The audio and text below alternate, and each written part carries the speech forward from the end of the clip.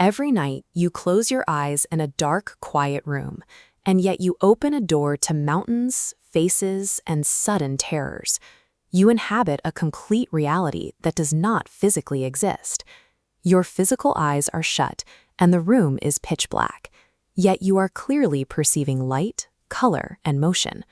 Who is actually doing the seeing? Modern neurobiology maps this process. Brain scans light up, tracking the chemical and electrical signals flashing across synapses during REM sleep. The Upanishads investigate a different problem. They are not looking for the biological mechanism of sleep, but for the science of the spirit, trying to isolate the entity that experiences the dream. In our previous look at the Mandukya Upanishad, we explored the first state of consciousness, the waking state, which is engineered to navigate the physical world. Sleep removes that physical world. The sensory data stops flowing in, creating a logical problem for the nature of perception. Without an external sun to light the way, and without physical objects to look at, the investigation turns toward the internal mechanics of how we perceive anything at all. This makes the dream state a testing ground where we can observe human consciousness operating without external inputs. The Mandukya Upanishad defines this isolated realm as the second quarter of the self, the state of dream. This translation of the text designates this state as Taijasa, the brilliant one. The name is literal. Since there is no sun, moon, or lamp inside the sleeping mind, the self generates its own radiance. It becomes its own source of illumination. This creates an inward-facing consciousness. The cognitive powers pull away from the physical senses and retreat into the space within the heart. The sensory instruments of the mind, the 19 mouths, stop grazing on physical terrain. Instead, they begin consuming refined things, memories, suppressed fears, and unfulfilled desires. When the external light vanishes, the mind redirects the energy usually spent on physical navigation to illuminate its internal landscape.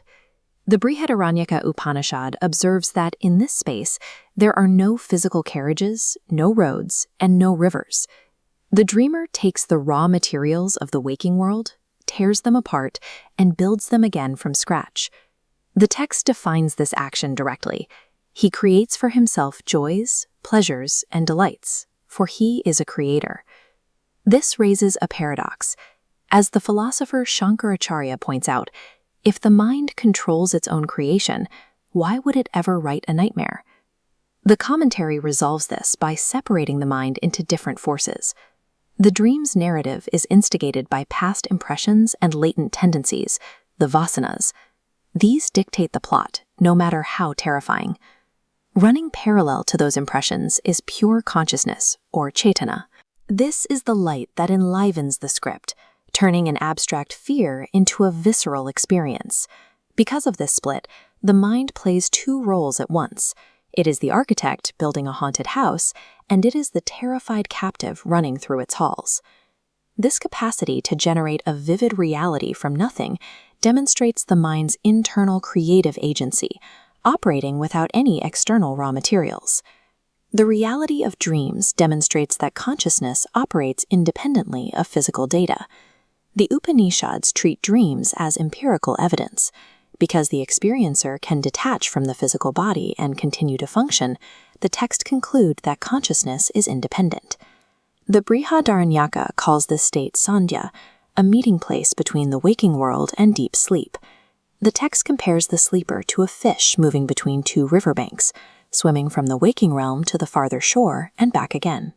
The physical body is left behind like a lower nest, guarded by the breath, while the immortal consciousness, the solitary golden goose, roams outside, traveling to places high and low. The inner capacity to see, to feel, and to know remains completely intact, independent of the body and the physical sun. But if the self is the brilliant one, illuminating our dreams, what happens to that light when we slip into dreamless sleep?